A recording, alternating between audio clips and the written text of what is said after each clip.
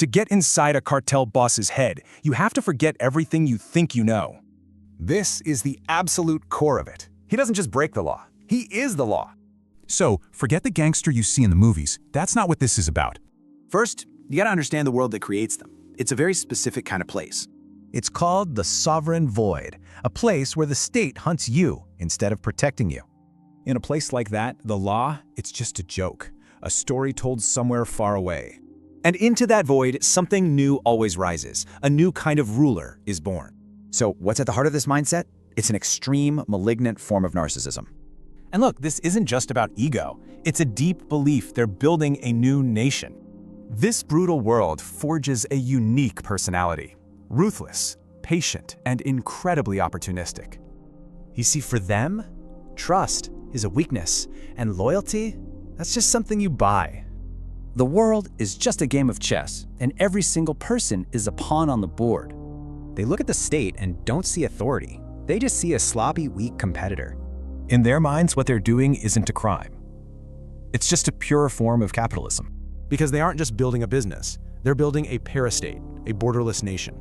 And you can see why. The parastate steps in to provide everything the real state just can't. So they don't see themselves as destroying society. They honestly believe they're building a better one. And what are their tools? First up, violence.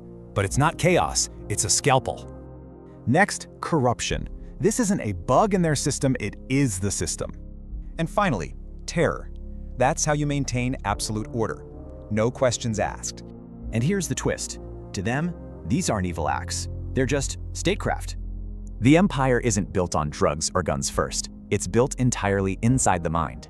An empire where the boss isn't some criminal. No, in his mind, he is a king. A cartel boss's power isn't just built on violence. It actually stands on two pillars.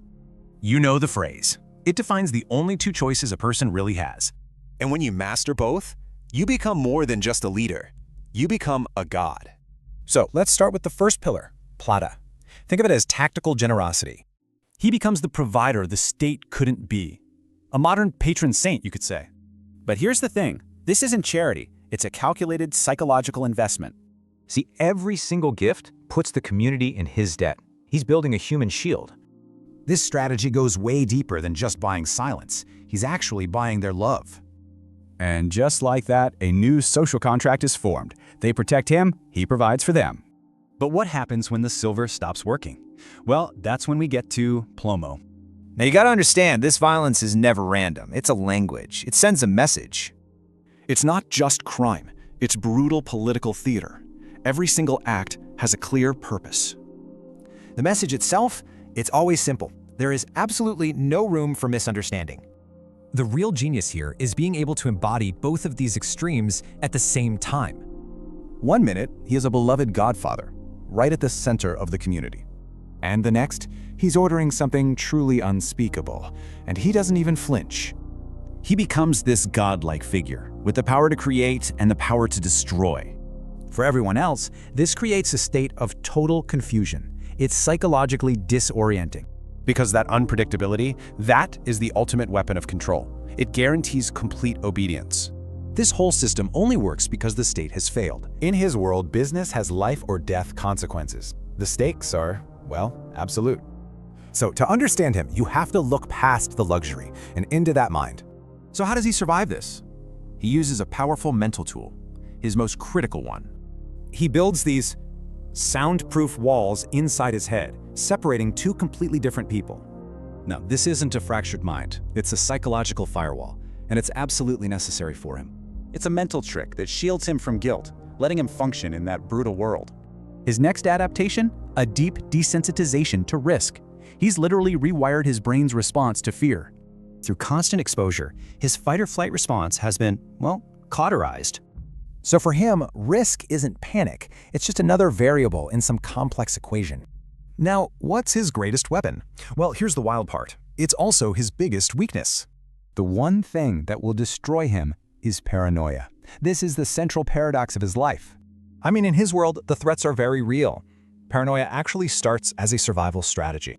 But that tool, it becomes a psychological cancer, metastasizing and destroying all trust.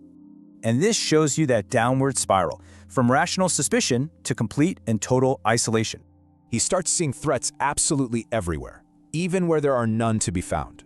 So he ends up trapped inside a mental fortress that he built all by himself.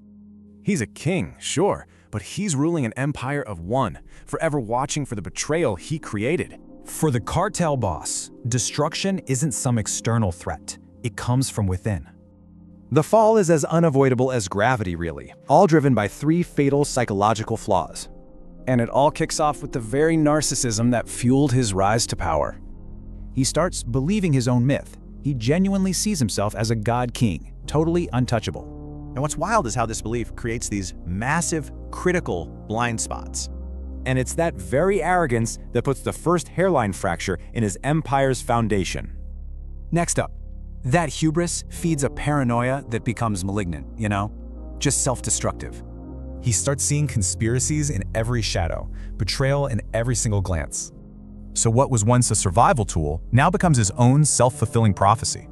In his effort to wipe out threats, he takes out the very pillars of his power. So his organization just starts to devour itself from the inside out. The final piece of the puzzle, and trust me, it's not an addiction to drugs. He's addicted to something way more potent, power itself, pure uncut power. For a guy like this, quiet retirement isn't an option. It's a psychological death sentence. He has to keep escalating, keep taking bigger risks just to feel alive. So now, let's watch how all these forces combine for the final, inevitable implosion. You see, these 3 forces, they don't just weaken the empire, they guarantee its collapse. His real downfall comes from the slow, steady collapse of his own mind. The very same traits that built his kingdom are the ones that ensure it will burn.